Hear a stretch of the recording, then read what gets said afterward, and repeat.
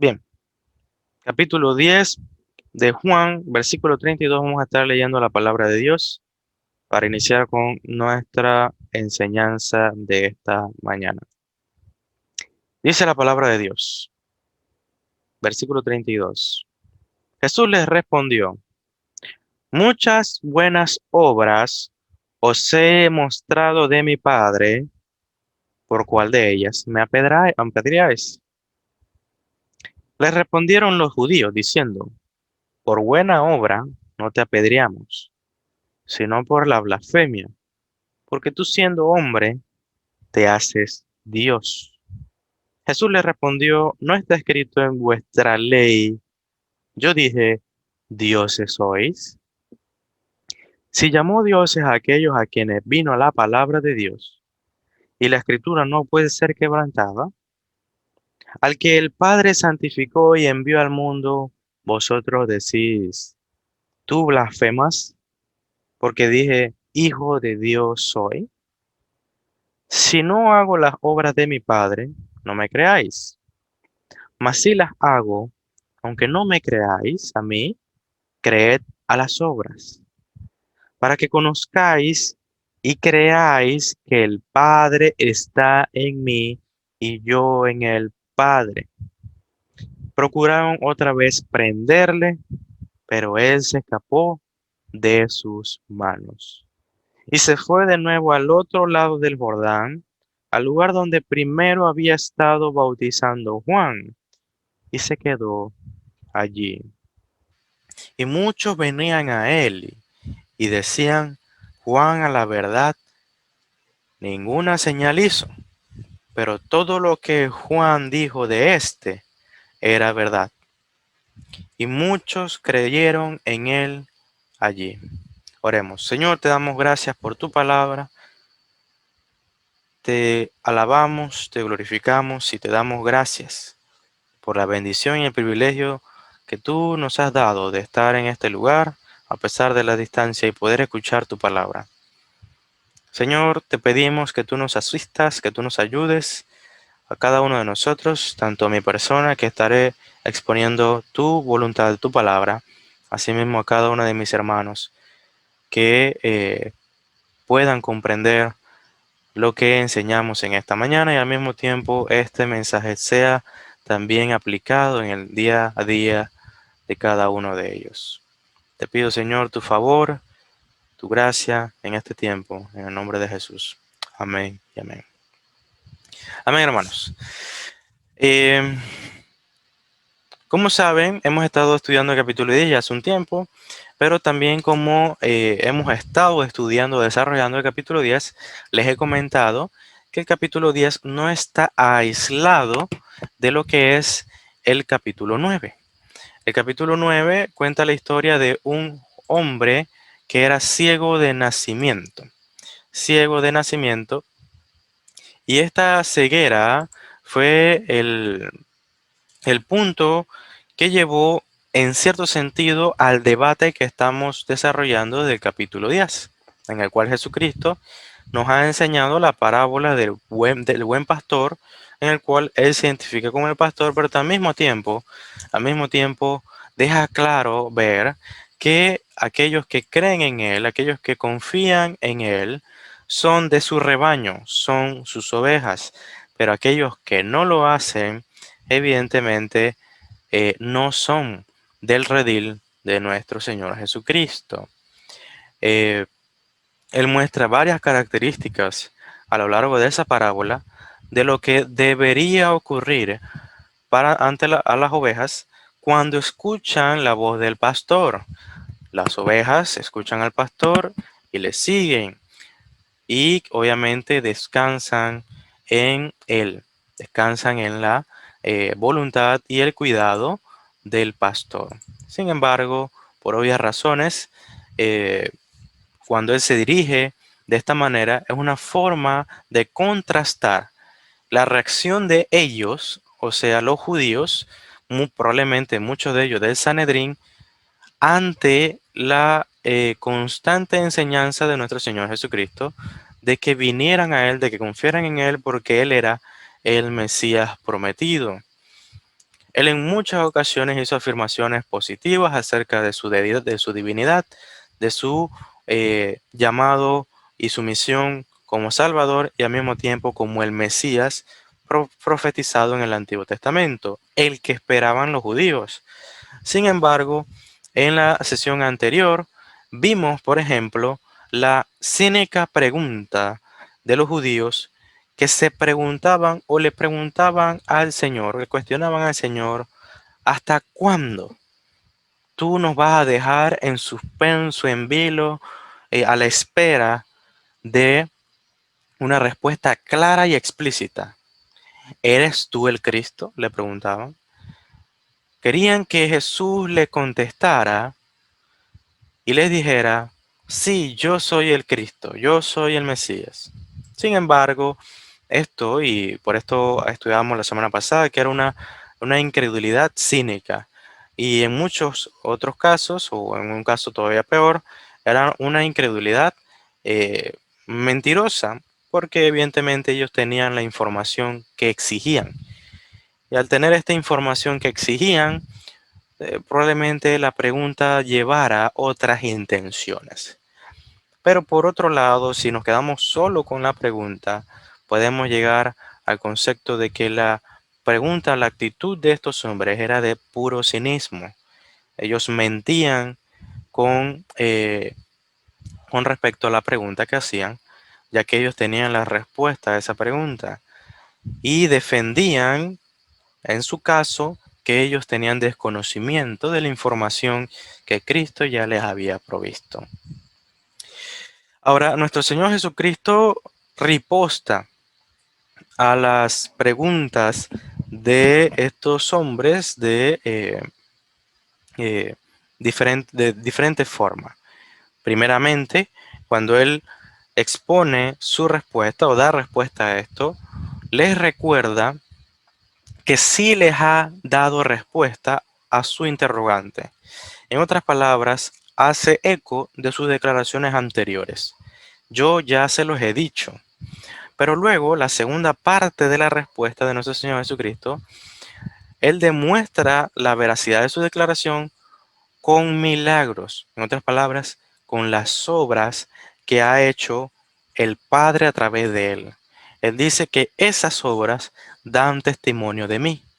Por lo tanto, Jesús no solamente se queda en la declaración verbal de que Él es el Mesías, sino que al mismo tiempo reafirma que las obras que Él ha hecho por el Padre, que han sido encomendadas por el Padre, dan y certifican que Él es el Mesías. Ahora bien, si vamos y seguimos desarrollando la enseñanza de nuestro Señor Jesús, también se ve claro que esa audiencia que estaba en el versículo 22 en adelante es la misma audiencia que escuchó la parábola del buen pastor. Y la razón de eso, para creerlo, es que Jesús vuelve y les recuerda el contenido de esa parábola, dejándoles claro a ellos que la razón por la cual ellos no creen, el motivo por el cual ellos son incrédulos, es porque su naturaleza es caída, están en un estado caído, están en una depravación total o radical, de tal manera que no pueden y no quieren someter sus corazones a la verdad inconmovible de nuestro Señor Jesucristo. Simplemente no quieren porque no pueden. Su naturaleza, así como el cerdo, su naturaleza es ir al lodo, y así mismo como la naturaleza del perro es ir a su propio vómito, así mismo es la naturaleza del pecador. Y como esta misma frase corrobora lo que Jesús ya ha dicho anteriormente, en el cual la incredulidad de estos hombres en el capítulo 7, capítulo 8, les iba a causar que permanecieran en su pecado. Dice el versículo 21 del capítulo 8, otra vez les dijo Jesús: yo me voy y me buscaréis, pero en vuestro pecado moriréis. A donde yo voy, vosotros no podéis venir. Esto refiriéndose a los judíos. Y en el versículo 41 del capítulo 9 dice Jesús le respondió, si fuerais ciegos, no tendríais pecado, mas ahora porque decís, vemos, vuestro pecado permanece. En otras palabras, cuando Jesús le dice, ustedes no son mis ovejas, por eso no creen, quiere decir, ustedes están en su pecado aún, y por eso no creen. Mantienen esta naturaleza caída. Por último, y en el último argumento de esta porción del estudio, Jesús muestra y contrasta la incredulidad de estos judíos en comparación con la fe verdadera de los elegidos, la cual, según el texto, es provista por Dios, es sostenida por el Hijo y el Padre. Por lo tanto, él concluye que el Hijo, el Padre y el Hijo son uno en esencia, porque esta es la obra de Dios, la obra de tanto el Padre como la obra del Hijo. Y entendemos que esa última declaración es la que causa la ira y el desdén de parte de los judíos porque quieren ejecutar a Jesús por blasfemia, ya que Jesús ha dicho, uno somos, uno somos, que quiere decir que Él es el Hijo, es uno en esencia con el Padre. Los judíos no entendían lo siguiente, porque muchos podrían pensar eso, que la razón por la cual los judíos se indignan es porque Jesús, de alguna manera, o los judíos de alguna manera, están creyendo que Jesús está diciendo que Él es otro Dios. No. O, por ejemplo, que Jesús está diciendo que hay más de un Dios, ¿verdad? Algún tipo de politeísmo. Sin embargo, y me encanta una frase de San Agustín con respecto a esta porción, solamente ese verso, en el cual los judíos toman las piedras para eh, lapidar a nuestro Señor Jesús. Algo muy interesante que dice Agustín es que las piedras testifican en contra de los arrianos. Ahora bien, ¿por qué diría eso Agustín? Lo dijo porque los arrianos en los primeros siglos de la iglesia se negaron y elaboraron una doctrina que negaba la deidad de Cristo. Negaba que Cristo fuese Dios, que Jesús fuese Dios, uno en esencia con el Padre. Y lo consideraban una criatura, no Dios. Ahora bien, eso lo podemos ajustar a nuestro tiempo, ya que la realidad es que las piedras de los judíos testifican en contra de los testigos de Jehová, lo que se conoce como los arrianos modernos, ya que estos también niegan la divinidad de nuestro Señor Jesús. Y no lo niegan por creer que es una teoría politeísta, lo niegan porque no quieren reconocer que los judíos entendían que la declaración de Jesús no era un llamado al politeísmo.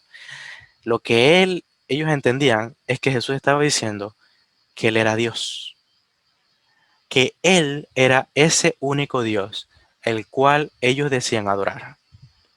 Eso es lo que entendían los judíos. Pero por impresionante que parezca, los herejes del primer siglo lo entendieron perfectamente. Sin embargo, hoy los hombres que han creado todo tipo de sectas alrededor de una falsa doctrina de que Jesús no es Dios, cuando Jesús es explícito en la declaración de que Él es Dios. Ahora bien, esto solo es un detalle, un detalle sobre el verso. Pero adentrémonos entonces a los versículos que nos competen en esta mañana. Y para eso leemos en el versículo 32 una respuesta que da Jesús posterior al acto de los judíos de tomar piedras para lapidarle. ¿Ok? Los judíos toman las piedras para lapidarle, pero hay que entender un poco acerca del contexto de esto, ya que alguno podría pensar, ¿cómo es que Jesús logra hablar, verdad, cuando los hombres se están alistando para ejecutarlo? Bien, hay algunas condicionantes con respecto a este acto de los judíos. Primeramente, el acto de lapidarlo no era un acto simplemente de me caes mal, te vamos a hacer daño. No, era un juicio, por decirlo así, la manera en que se había ordenado en el Antiguo Testamento, en el cual un blasfemo debía ser enjuiciado o ejecutado, lapidarlo. Antes de ser lapidada una persona, el que estaba siendo procesado, por decirlo así, tenía también el derecho de testificar a su favor o tener testigos a su favor. Eso lo demanda la ley. Incluso vemos en el capítulo 7 a Nicodemo haciendo esa queja al Sanedrín, diciéndole, oye, ¿no se supone que deberíamos escuchar qué es lo que dice Jesús en vez de juzgarlo de manera unilateral solamente? Leo para ustedes Juan 7, Juan 7, versículo 50. Le dijo Nicodemo, el que vino a él de noche, miembro del Sanedrín, le dice al resto del Sanedrín, el cual era uno de ellos. ¿Juzga acaso nuestra ley a un hombre si primero no le oye? ¿Sabe lo que ha hecho? Esa es la pregunta que hace Nicodemo. Luego de eso le dicen ignorante, eres un tonto, lo critican. Pero Nicodemo obviamente su declaración era porque él había tenido un contacto directo con nuestro Señor Jesús y muchos eruditos de la historia consideran que Nicodemo posteriormente de la resurrección de Jesús se convirtió al Señor. Pero esto no lo sabemos a ciencia cierta. Sin embargo, podemos ver cómo el corazón de Nicodemo es un corazón más dócil o más suavizado, por decirlo así, que el corazón del resto del Sanedrín. El resto del Sanedrín quiere ejecutarlo y no quiere darle la oportunidad siquiera de hablar. Pero Nicodemo dice, esperen, la ley nos demanda escuchar un testimonio de aquel acusado. No podemos juzgarlo sin primero escucharlo. Así que para que usted no confunda este episodio y diga, ¿cómo es que Jesús pudo hablar? Pudo hablar porque no era un linchamiento, ¿verdad? Sino un proceso de ejecución, el cual tenía paso 1, paso 2. Ahora bien, había otra condicionante y era que el pueblo de Israel, el hebreo, no tenía el derecho ya de ejecutar a ningún hombre de forma eh, personal. Por el simple hecho de que las leyes hebreas dicen esto, no lo podían hacer. Porque recordemos que el contexto del pueblo de Israel es un contexto en el cual están bajo el imperio romano. Están bajo la estadía o eh, aparente paz, porque es una aparente paz, con el imperio romano, pero todo lo que se podía hacer legalmente en Israel tenía que pasar por el filtro del gobernador de esa región, que había sido colocado por el César. Y si no era pasado por ese filtro, ningún proceso legal se podía hacer solo por las autoridades hebreas. Así que tenía que pasar por ese filtro. En gran manera, por eso podemos entender que Jesús puede dar respuesta a esta acción de los judíos. Y no es algo que sea descabellado o alguien podría decir, ¿cómo puede hacer algo así, no?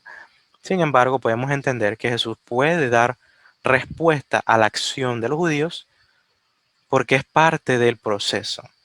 En gran manera, quizá los hebreos se estaban conteniendo de poder hacer esto porque sabían las posibles consecuencias.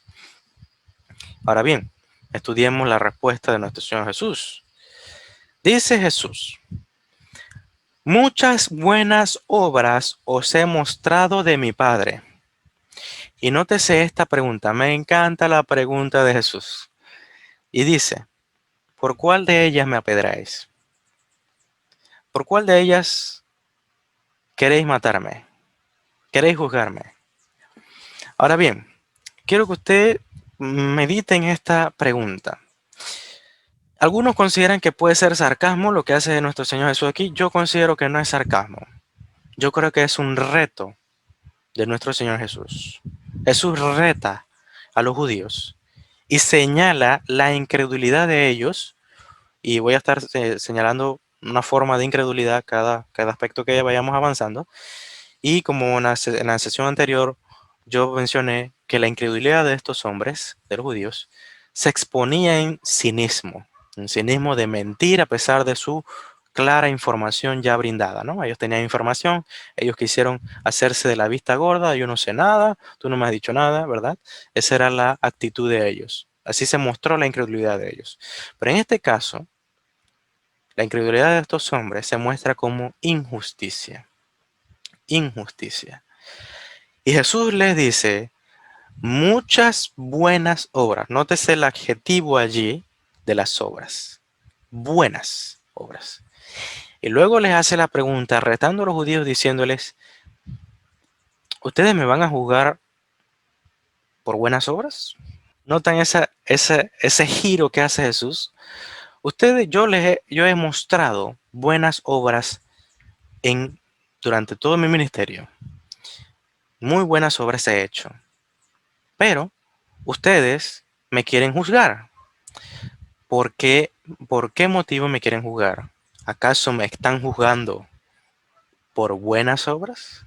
En otras palabras, lo que Jesús busca con esta pregunta es señalar la injusticia del juicio o el proceso que están realizando los judíos. Jesucristo ha corroborado su testimonio, no solamente emitiendo con palabras, sino que también lo ha hecho con pruebas indubitables. Jesús ha mostrado, ¿verdad?, su llamado, su misión a través de grandes obras. Y todas estas obras son consideradas buenas. Recordemos que Jesús fue primeramente juzgado en el Evangelio de Juan por haber sanado a un paralítico en el día de reposo. Sin embargo, cuando se hace la apologética de esta acción en otros evangelios, Jesús deja claro que el hacer estas cosas no era en contra de la voluntad de Dios, al contrario, hacer misericordia en el día de reposo era una demanda de la ley. Porque si negábamos el hacer misericordia en el día del reposo o en el día del Señor, pues evidentemente estábamos incumpliendo la ley de Dios, que era ama a tu prójimo como a ti mismo. Entonces, esto no podían contradecirse. Sin embargo, los judíos consideraban que cualquier acción de forma dogmática, y cuando esto me refiero a dogmas, ideas que ellos mismos añadieron a la ley, ellos consideraban que un hombre no podía cargar ningún tipo de material pesado, incluso sus propias túnicas. Si se mojaban, no podían ellos caminar cierta cantidad de territorio porque estarían incumpliendo el día de reposo, ya que estarían trabajando al llevar mucho peso encima. Así de descabellado eran los dogmas que se habían adentrado a el concepto del día de reposo, a la ley del día de reposo. Y negaban la ley al contradecir los actos de misericordia en el día de reposo. Por esto, asumimos que hasta aquí ese debate está resuelto. Asumimos que hasta aquí Jesús ha defendido completamente, ¿verdad?, que Él puede hacer estas obras en el día del Señor o el día de Jehová, el día de reposo, porque no van en contra de la ley. Al contrario, cumple la ley así, haciéndolo.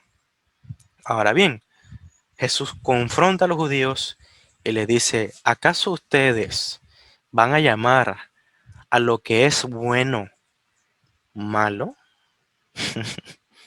¿Acaso ustedes son eh, o tienen la autoridad para determinar que aquello que Dios ha llamado bueno, ustedes lo pueden categorizar como malo? Esa es la confrontación que hace Jesús. Y la confrontación, como le dije, de Jesús es para señalar la verdadera razón de la incredulidad de los judíos. ¿Por qué los judíos toman piedras contra él? Porque su juicio es injusto. Su consideración al ministerio de Jesús es injusta. No hay motivo para juzgarle. No hay razón suficiente para matarle. Juan 15:25 dice lo siguiente. Aunque esto lo veremos después, dice lo siguiente. Pero esto es para que se cumpla la palabra que está escrita en su ley.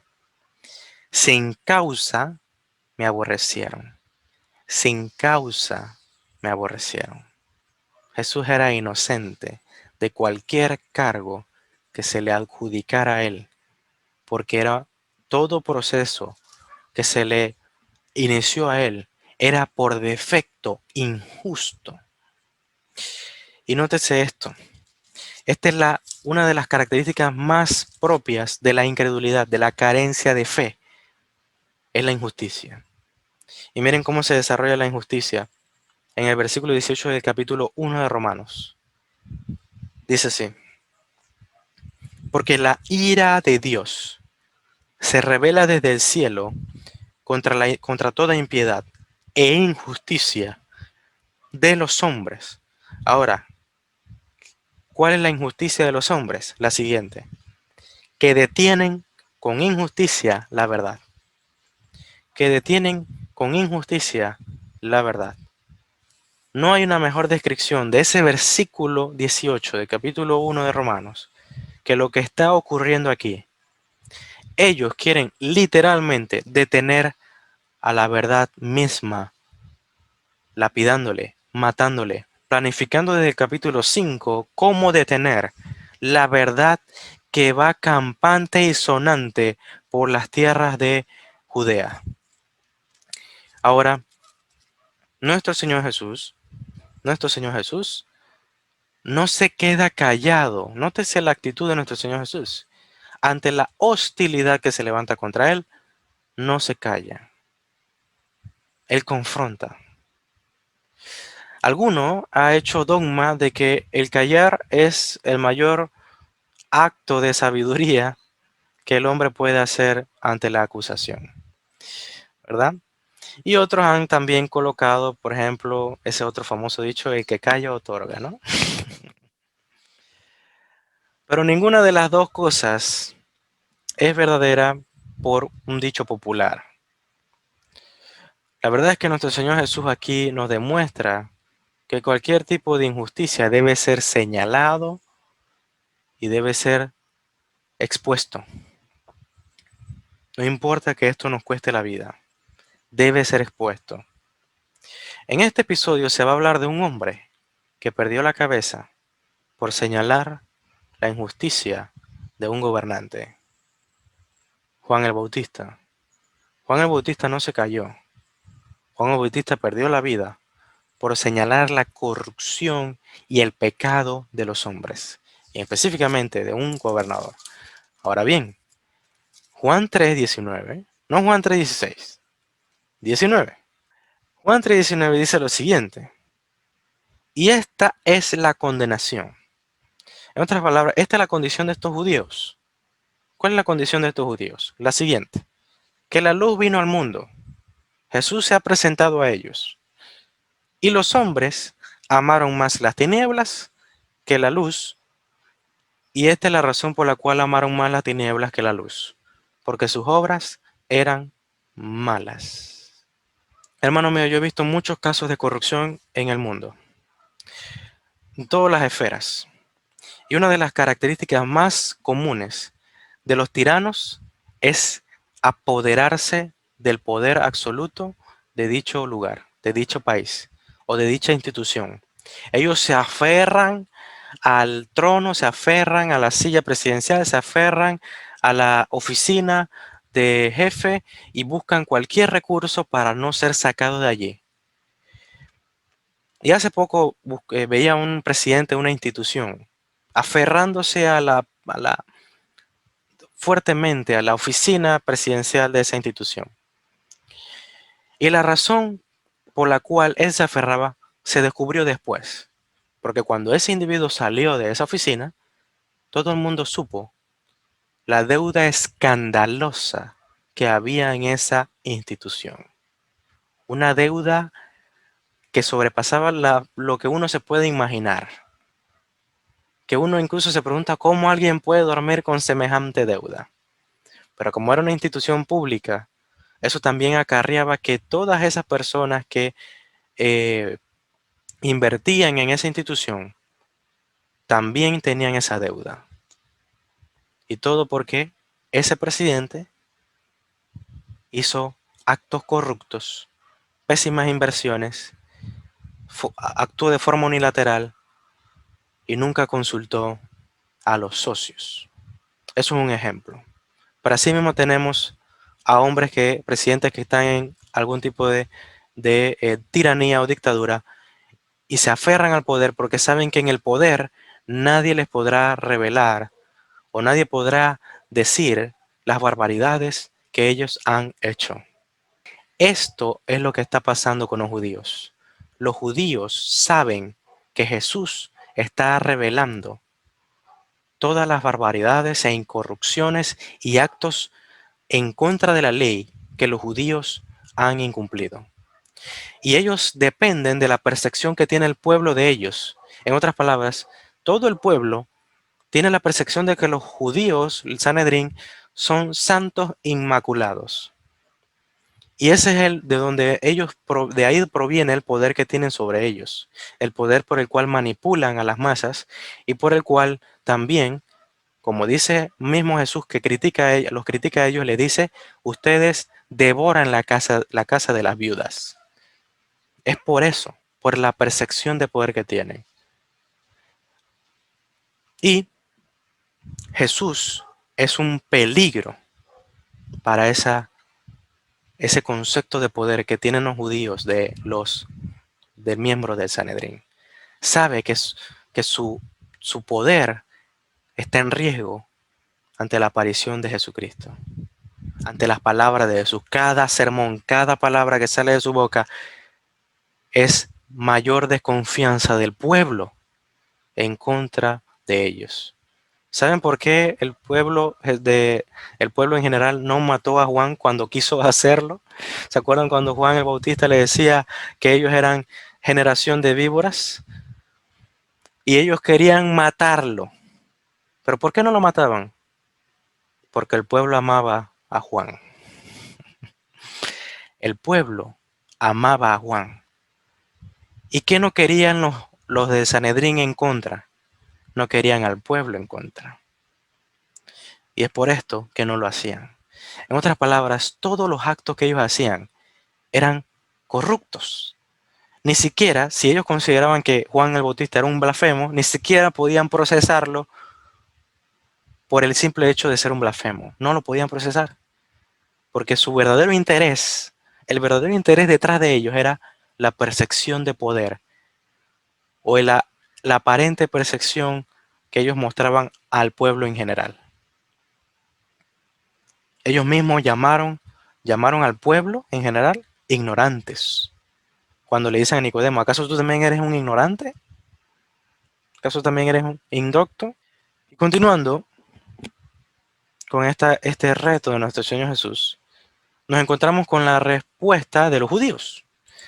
Los judíos, y esto es muy importante entenderlo para los versículos siguientes. Ahora, quiero que usted se imagine que usted va a la corte. Usted lo han acusado de algo, ¿no? Usted es inocente. Le dicen, por ejemplo, que usted va a la corte, algo simple, no nada descabellado. Usted se pasó la luz roja. Se pasó la luz roja, pero en ese semáforo había cámaras.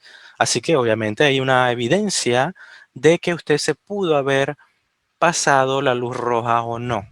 La acusación está allí, usted va a la corte y usted presenta la evidencia de que usted no se pasó la luz roja. Así que el juez demanda evidencia para poder procesar y llegar al punto final, que es dar un dictamen completo de este juicio. Y el juez, cuando recibe la evidencia y la ve en su estrado, ve la evidencia, ve que usted no se pasó la luz roja, ve que usted realmente es inocente y dice, descartemos la evidencia, pongámoslo allá, el jurado, por favor, ignore la evidencia, no existió. ¿Usted qué hace? Usted levanta las sillas, las mesas, tira las sillas, usted hace algo para ser escuchado, porque lo que está ocurriendo allí es un acto de absoluta corrupción en un proceso legal. Ahora nótese la respuesta de los judíos. Dice lo siguiente.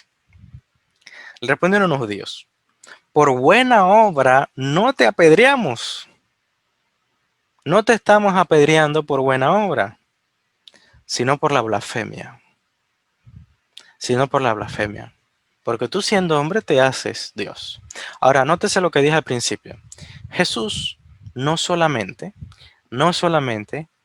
ha dicho que Él es el Mesías de labios para afuera, sino que Él lo ha demostrado con obras buenas. Las obras que el Padre hace a través de Él y que Él las hace también. En otras palabras, usted que está en la corte, usted dice, yo soy inocente. Aquí está la prueba de mi inocencia. ¿Ok? Jesús dice, yo soy el Mesías. Aquí está la prueba de que soy el Mesías. ¿Y qué dicen los jueces? No quiero ver las pruebas. Me quedo con tu declaración de inocencia que no tiene fundamento. ¿Vio el argumento de los judíos? Ese es el argumento de los judíos. El argumento de los judíos es, no quiero ver las pruebas, me da igual. No, no.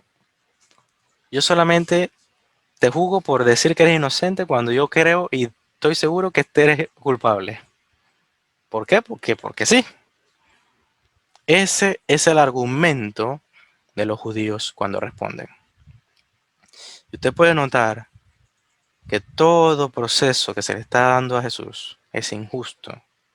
Es injusto. ¿Y por qué esto tiene relevancia con lo que va a ocurrir después? Aquí viene un argumento de Jesús. Jesús riposta. Vuelve y contraargumenta a lo que dicen los judíos. Y noten muy importante lo que está diciendo, lo que dicen los judíos. Lo que dijeron los judíos. Ahora bien, Jesús riposta y va al núcleo del problema. Ustedes me acusan de blasfemo por decir que soy el Hijo de Dios. Ok, perfecto. Pero dice esto. No está escrito en vuestra ley. Yo dije, dioses sois. Ahora quiero hacer algunas aclaraciones por si acaso. Cuando Jesús dice vuestra ley, no está diciendo que esa no sea su ley o la ley de Dios o negando su propia divinidad u autoría de la palabra de Dios. Dos cositas con respecto a esto. Cuando él dice vuestra ley, lo hace intencionalmente dando a entender que los judíos, primeramente, al hacer esto, ni siquiera prestan atención a lo que dice la ley. Que ellos obviamente están haciendo un proceso legal que, por ejemplo, en sus referencias bíblicas le va a salir Levítico 24. Levítico 24 le va a enseñar a usted que la lapidación era el pago justo de aquellos que blasfemaban el nombre de Dios, para que usted lo pueda leer posteriormente. Sin embargo, cuando Jesús dice en vuestra ley, Él les está aclarando y les está diciendo, ustedes que dicen ser eruditos de la ley, ustedes que dicen ser conocedores de la ley, parecen ignorar este aspecto que también está en su ley. Ahora bien, hay un detallito aquí que quiero aclarar también, otro detalle. Jesús se refiere a un salmo como la ley. Él dice vuestra ley. Jesús cita el Salmo 82. Y el Salmo 82, entre comillas, no debería ser considerado como la Torá, ¿verdad? La ley. Pero cuando Jesús dice esto, tiene total armonía con lo que dice en el versículo siguiente, versículo 35. Dice, entre paréntesis, en su Biblia va a aparecer entre paréntesis, dice, y la escritura no puede ser quebrantada. Y antes de eso dice, vino la palabra de Dios, vino a los jueces que estaban allí en el Salmo 82, vino la palabra de Dios. Entonces, lo que está argumentando Jesús aquí es que la palabra de Dios, todo el testimonio de Dios, es ley de su boca. Es palabra que sale de su boca y debe ser considerada como ley autoritativa, inerrante, suficiente, infalible. Me daba mucha risa porque creo que lo hizo intencionalmente un comentarista con respecto a este versículo. Decía, comentaba el versículo, que este versículo demuestra la inerrancia, la autoridad, necesidad, suficiencia de las escrituras. Y nótese, dice entre paréntesis, nótese, esto era antes de los tiempos de Karl Barth. Entonces, él hacía esto de forma jocosa, creo yo, porque como saben, este teólogo Karl Barth negaba la autoridad de las escrituras, negaba la suficiencia y necesidad de las escrituras, y al negar muchas otras cosas. Y obviamente él decía esto de forma burlesca, porque las escrituras fueron muy fuertemente atacadas, la integridad de las escrituras fue muy fuerte atacadas en esa época, siglo XIX, siglo XX, a principios del siglo XX. Ahora bien, dejando eso de lado, adentrémonos a la respuesta de Jesús. Para eso vamos a ir al Salmo 82, ya que es lo que cita nuestro Señor. Para entender un poquito más acerca de cuál es el argumento de nuestro Señor Jesús. Vamos a iniciar el verso 1. El versículo que cita nuestro Señor Jesús es el versículo 6, pero vamos a empezar con el verso 1. Bien, dice así. Dios está en la reunión de los dioses. En medio de los dioses juzga. ¿Hasta cuándo? Este es el juicio de él, de Dios. ¿Hasta cuándo juzgaréis injustamente y aceptaréis las personas de los impíos? Defended al débil y al huérfano. Haced justicia al afligido y al menesteroso. Librad al afligido y al necesitado. Libradlo de mano de los impíos. No saben, no entienden, andan en tinieblas, tiemblan todos los cimientos de la tierra. Esa es una descripción de estos dioses, ¿ok? Dice, yo dije, vosotros sois dioses, todos vosotros hijos del Altísimo. Y luego dice, pero como hombres moriréis, y como cualquiera de los príncipes caeréis. Levántate, oh Dios, juzga la tierra, porque tú heredarás todas las naciones. Este salmo, yo creo que hay mucho más que decir sobre este escenario, ¿eh? No quiero dilatarme mucho. Sin embargo, algo que es muy impresionante aquí es que este salmo encaja perfectamente como una queja a los mismos fariseos que Jesús está con los que está debatiendo. Este salmo se refiere no a ángeles. La palabra que se usa para Dios es Elohim, y Elohim no es un término que tiene un solo significado, sino que tiene una variedad de significados. Entre ellos está Dios, el Dios único verdadero, eso es cierto. Sin embargo, también está el hecho de que se significan ángeles. Se ve eso en el Salmo 8, cuando habla de la creación del hombre, que dice que fue creado un poco menos que Elohim, y algunos traducen como ángeles y otros quieren traducir como Dios. El Salmo 8. Entonces, un poco menores, dice que el hombre fue creado un poco menor que Elohim. Sin embargo, pues eso es un debate teológico sobre qué debemos traducir con Elohim allí.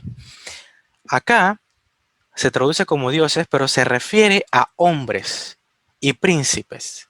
En otras palabras, este es otro significado de la palabra Elohim, cuando se está señalando a autoridades que gobiernan sobre ciudades, naciones, imperios. Los monarcas se conoce incluso como el término majestad, se le atribuye a los monarcas. Por ejemplo, si usted sí tiene alguna cita, si lo cita la reina de Inglaterra, usted no puede llegar ahí, hola señora, no, usted no puede llegar así.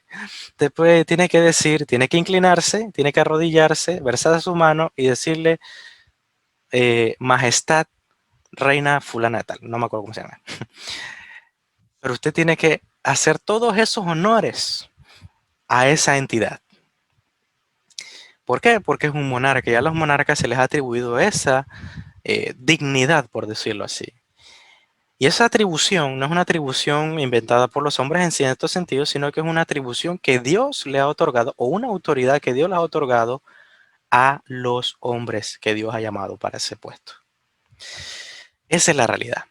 Y es por eso que Él los llama dioses, porque tienen un gobierno sobre los demás. En otras palabras, en comparación, en contraste, los súbditos de ese imperio, ¿verdad? En comparación con el monarca, dan la impresión de que él es como un dios sobre ellos. ¿Ok? Dan la impresión de que él es un dios sobre ellos por la autoridad, el gobierno que ellos tienen sobre los hombres. Sin embargo, y algo que quiero aclarar aquí, Jesús no está citando el texto para decir que los hombres en algún punto sean divinos o sean uno con el Padre o uno con el Hijo en el sentido de esencia. Él no está diciendo eso. Cuando él dice que vosotros sois dioses, se está refiriendo al hecho de que ellos tienen una autoridad tan grande que pueden ser considerados como dioses sobre el pueblo. Ahora dije que este salmo encaja perfectamente con los miembros de Sanedrín porque el Salmo 82 no es una alabanza. El Salmo 82 es una reprensión del Dios Altísimo a estos hombres que Dios ha llamado y al que les ha dado la palabra, el mismo Dios, su llamado, su misión, y ellos han hecho todo lo contrario a lo que Dios les había ordenado que hicieran. Y por lo tanto, sus muertes serían vergonzosas, sus muertes serían humillantes. Ustedes no morirían en un trono o morirían en la cama de sus aposentos, con todos sus súbditos y sirvientes a su alrededor, como murió, por ejemplo, el rey David, por ejemplo. No, ustedes no morirán así. Ustedes morirán avergonzados como cualquier otro hombre. Ejemplo de eso, Saúl. Saúl murió avergonzado en la batalla, por decirlo así, traspasado por su propia espada. Él mismo deseó la muerte, buscó el suicidio. Y esto era vergonzoso. Hasta el día de hoy, el mismo suicidio es un acto de cobardía en muchos sentidos. Y obviamente, esta era la forma de humillar a Dios, de Dios humillar a estos príncipes y hombres o dioses que Dios había llamado para gobernar justamente a los pueblos y naciones y proteger a los inocentes, proteger a los minusválidos y traer justicia contra los impíos, pero no hacerse amigos de los impíos. Sin embargo, bien claramente dice Dios que ustedes no juzgan a los impíos, sino que al contrario los tienen cerca. Ustedes los tienen como inocentes. Y eso es algo muy común en los gobiernos corruptos del mundo. Ahora, vayamos al argumento de Jesús. Jesús presenta esto por el uso del término dioses. Jesús, podríamos decir, como les dije, que Jesús usa este término como una forma indirecta de criticar a los miembros de Sanedrín diciéndole, ustedes son esos dioses, ustedes son esos dioses injustos. Sin embargo, creo que el argumento de Jesús va más bien por otro sector y tiene que ver con lo que ya hemos estudiado. Ya estudiamos que los miembros de Sanedrín, en vez de ir a las pruebas indubitables que demuestran que Jesús es el Mesías, se van simplemente a su declaración de que Él es el Hijo de Dios, de que Él es uno con el Padre. Se van a su declaración sin ver las pruebas y, y juzgan la declaración y no las pruebas. Ese es el argumento que hemos visto al principio. Esa es la incredulidad de ellos, que es injusta. Y el argumento de Jesús busca que el hombre o el judío vea que él no tiene la misma vara de medir con la mención del término. ¿Qué quiere decir Jesús entonces? Jesús está diciendo, oye, ¿acaso no dice en la ley que Dios los llamó dioses a las autoridades poderosas de las naciones? Pero ustedes no dicen, ¿cómo? ¿Qué? No, no, no, no, no. Aquí solo hay un único y gran Dios. No hay más dioses. No, ustedes no han dicho eso. Ustedes no dicen que el salmista que escribe este salmo está equivocado. Ustedes no dicen que Dios se equivocó al llamarlos dioses, porque la palabra ahí es Elohim. Ustedes no dicen que eso está mal. Pero cuando yo digo que soy hijo de Dios, ustedes se rasgan las vestiduras, se escandalizan y se afinan y preparan sus piedras para matarme. Esto, mis queridos hermanos, es la incredulidad hipócrita de los judíos, en el cual ellos no buscan el por qué Jesús dice esto, sino que simplemente juzgan la declaración, pero no juzgan de la misma manera la declaración del Salmo 82. Ese es el argumento de Jesús. Jesús, por ejemplo, y comentando, aquí dando un comentario que me parece excelente, es de A.T. Robertson. A.T. Robertson muestra la naturaleza de este argumento de Jesús y dice lo siguiente: no debe argumentarse por ello, o sea, interpretar este argumento de Jesús por ello, como lo hacen algunos modernamente, que Jesús niega su propia deidad. En otras palabras, que al decir Jesús, dioses sois, ¿verdad? Y desarrollar eso, ¿verdad? Entendemos que los hombres no eran dioses en esencia como el Padre o el Hijo. Y alguno podría pensar que el argumento de Jesús es un argumento de equipararse a la misma categoría de los hombres del Salmo 82. En otras palabras, que Jesús tampoco es Dios, pero él dice que es un Dios. Ese no es lo que da a decir el texto. Y como bien declara aquí A.T. Robertson, eso no es lo que significa. Más bien dice que Jesús niega, perdón, que nada de esto, dice A.T. Robertson, simplemente le cierra las bocas a los rabinos acerca de la acusación de blasfemia y lo hace con eficacia. En otras palabras, lo que dice A.T. Robertson es el argumento de ellos, el argumento de los judíos, es que la simple declaración es blasfema. Pero Jesús les pone y les dice otra declaración igual, pero que ellos no juzgan como blasfemia. En otras palabras, si ustedes no juzgan esa como blasfemia, pues la mía tampoco debe ser considerada como blasfemia. En otras palabras, los judíos o los rabinos se quedan sin argumento para poder juzgar a Jesús como blasfemo. Al hacer esto, Jesús demuestra que esa declaración suya, primeramente porque sabemos que su declaración es verdadera, no es blasfema. Pero si por otro lado, esa declaración de dioses sois no es blasfema tampoco en el contexto del Salmo 82. No es blasfema en el contexto del Salmo 82. Ciertamente hoy las autoridades pueden ser denominadas dioses, pero eso no en esencia ni como divinidad, tal como algunos, ¿verdad? Falsos maestros quisieron enseñar hace años atrás diciendo que los hombres eran dioses como Dios, cuando no es así, evidentemente.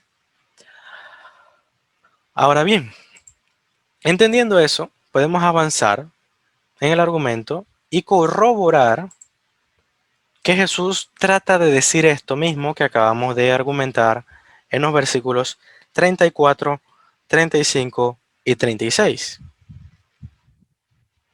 Porque en el versículo 37 y 38 dice lo siguiente: si no hago las obras de mi Padre, no me creáis. O en otras palabras, es una forma negativa de decir algo en el cual dice, miren, si yo no hiciera estas obras, pues tienen motivos para no creer en mí. Sin embargo, luego el versículo 38 dice, mas si la hago, en otras palabras, las he hecho, y si ven que las hago, aunque no creáis en mí, o sea, no afirmen que yo soy el Mesías, no afirmen mis palabras, no quieren afirmar mis palabras, sin embargo, por favor, crean las obras. Crean las obras.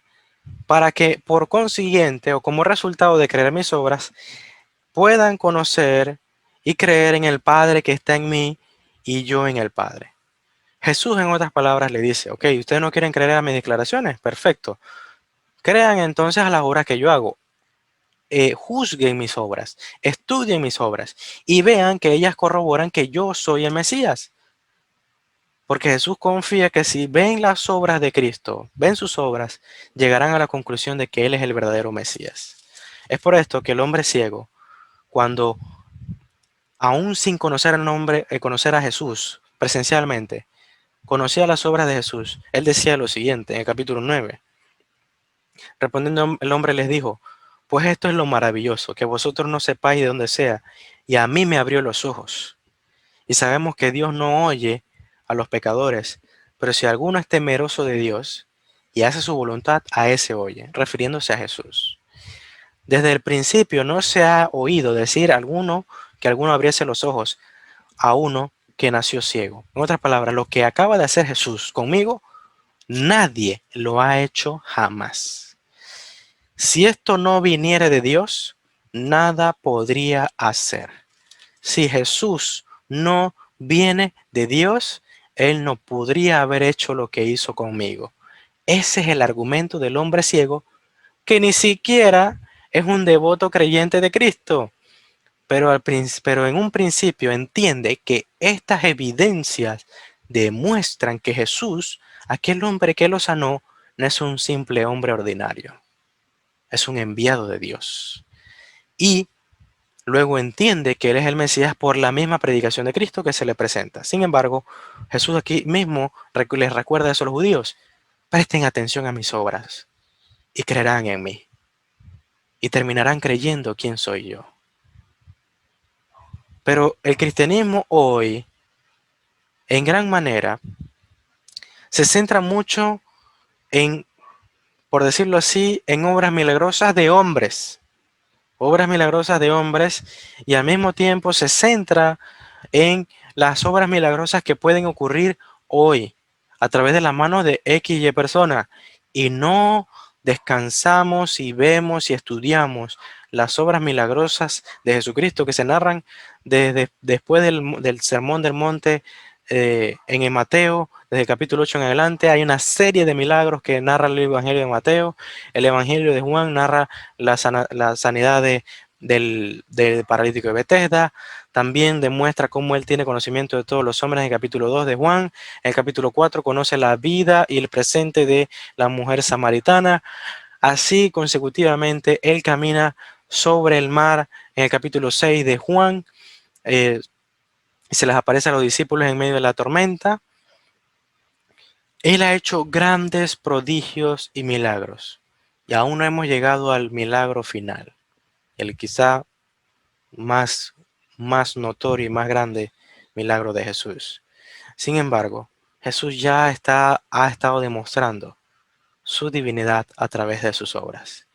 Si prestamos atención a ellas, creeremos quién es Él, conoceremos su identidad. Pero ¿qué hicieron los judíos? Los judíos, ¿cómo respondieron a este último argumento de Jesús? Dice el versículo 30 y 39. Procuraron otra vez. Y dice otra vez porque en el capítulo 5 lo hicieron. Y aquí dice, procuraron otra vez prenderle. En otras palabras, ponerlo bajo prisión, bajo custodia, para procesarlo en un juicio, que obviamente sería injusto como lo fue en el futuro, o lo sería en el futuro. Pero él se escapó de sus manos. No sabemos cómo. Algunos argumentan que pudo haber sido una obra milagrosa que cegó a los hombres mientras los trataban de sujetar, y él se escapó en medio de ese momento. Sin embargo, el texto no lo dice, y estoy seguro que Juan lo hubiese dicho si así fuese. Podemos entender que la forma en que Jesús se escapó fue una forma ordinaria. Quizá algunas personas se opusieron, los discípulos se opusieron y hicieron que Jesús pudiera salir de allí, y escaparon todos de allí. Pero la reacción de los judíos es una reacción de incredulidad, de odio, de desprecio. Ni siquiera tomaron en cuenta el último argumento de Jesús, simple y llanamente se mantuvieron en la negación absoluta de las evidencias de Jesús. Negaron las evidencias. Y Jesús aquí al final, de forma, por decirlo así, optimista, nos muestra que la historia que se narra en el capítulo 10 no termina de forma desalentadora o como si Jesús hubiese perdido una batalla. No, para nada. Al contrario, Jesús sacude sus vestiduras, sacude sus sandalias, como él mismo lo ordenó a los discípulos, y siguió a otra ciudad. Cruzó el Jordán nuevamente al lugar donde había estado bautizando nuestro hermano y el que preparaba el camino de Jesús, Juan el Bautista. Y la razón por la cual el apóstol menciona a Juan el Bautista no es casual, ya que Juan dice lo siguiente: Jesús fue de nuevo al otro lado del Jordán, al lugar donde primero había estado bautizando Juan, y se quedó allí. Ahora, ¿Por qué esta mención es importante de Juan el Bautista? El capítulo 1 nos dice por qué. El capítulo 1 de Juan nos dice por qué es importante. En el versículo 26 en adelante, perdón, versículo 22 en adelante, cuando le preguntan a Juan quién es él, dice, le dijeron, pues ¿quién eres? Para que demos respuesta a los que nos enviaron. ¿Qué dices de ti mismo?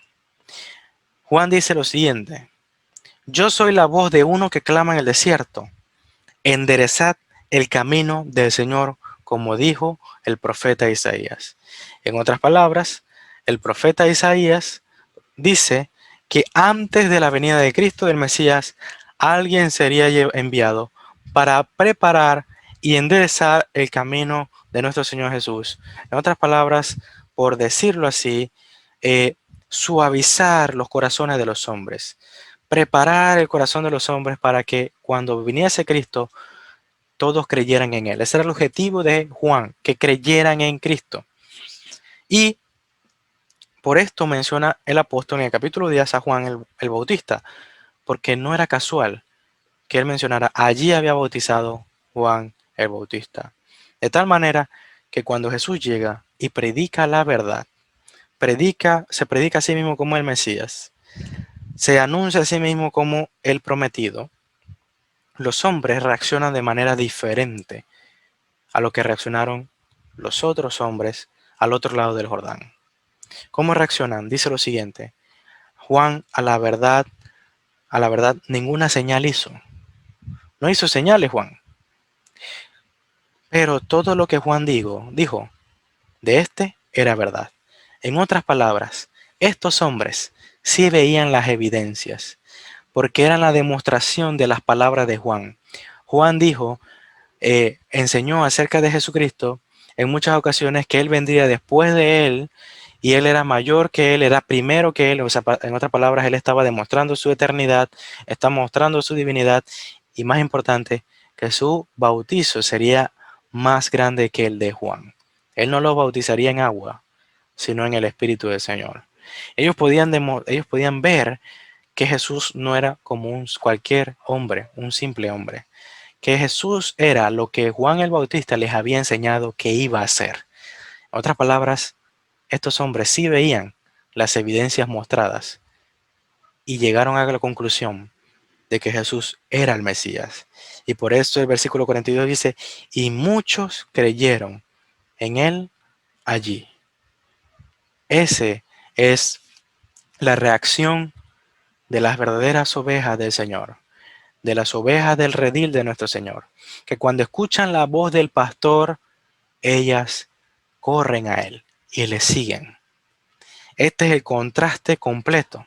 Jesús inicia con la parábola del pastor, hablando de las ovejas que le siguen y las contrasta con aquellos que no son sus ovejas y cómo reaccionan contra él. Sin embargo, al final de esta historia, Jesús demuestra que él tiene mucho pueblo y que él ha sido llamado a anunciar la voluntad de su Padre y anunciarse a sí mismo como el camino, la verdad y la vida, exclusivo para entrar al reino de Dios.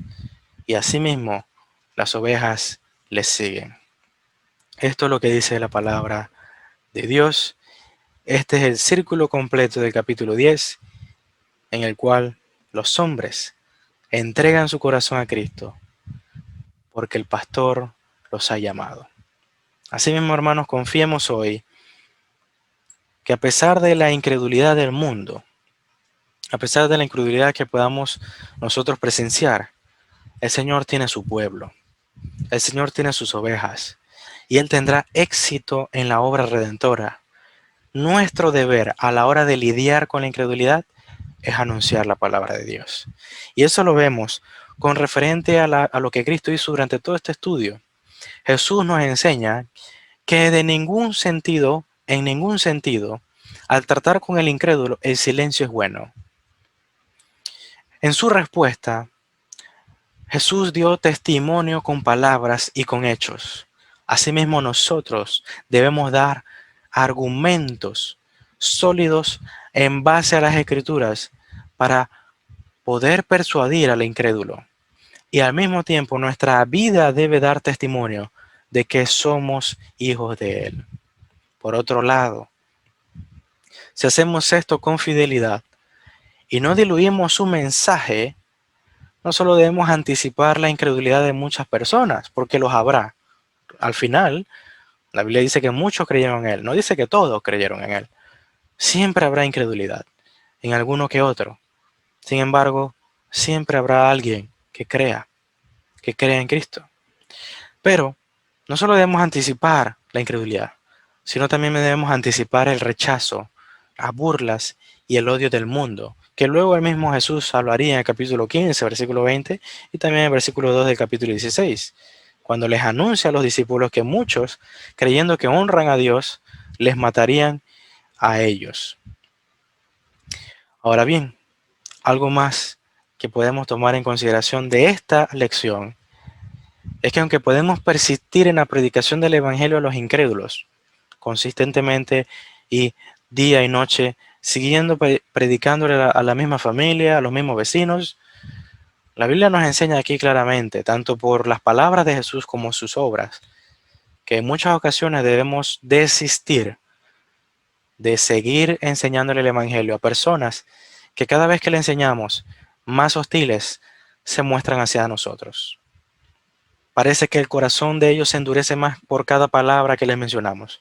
A estas personas, el texto de las Escrituras nos dice que debemos seguir nuestro camino y predicar en otra ciudad o en otra casa, donde seamos recibidos. Y hermano, no decaiga nuestra fe ante el rechazo del Evangelio de las personas que muy probablemente sean cercanas a nosotros o amamos. No decaiga nuestra fe.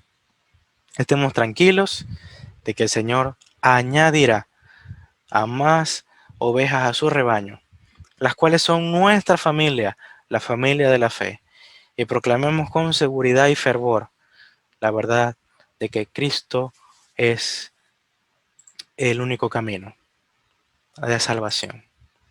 Y hagámoslo al mundo, sin decaer, y creer que porque nuestro vecino no nos hizo caso, el otro vecino del otro lado no nos hará caso tampoco. Al contrario, persistamos, persistamos, porque Dios es poderoso para salvar.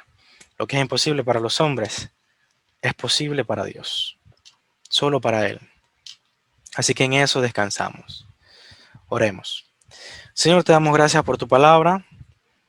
Bendecimos tu santo nombre, Señor, por este tiempo que tú nos has permitido reunirnos y confiar, descansar y ser instruidos en tu palabra, Señor. Ayúdanos, Señor, a adentrarnos a tus misterios, a tu voluntad y ser, Señor, cada día más conformados a la imagen de tu Hijo, siendo santificados por tu verdad, porque tu palabra es verdad. En ella encontramos esta santificación, Señor. Gracias te damos por este tiempo, en el nombre de Jesús. Amén y amén.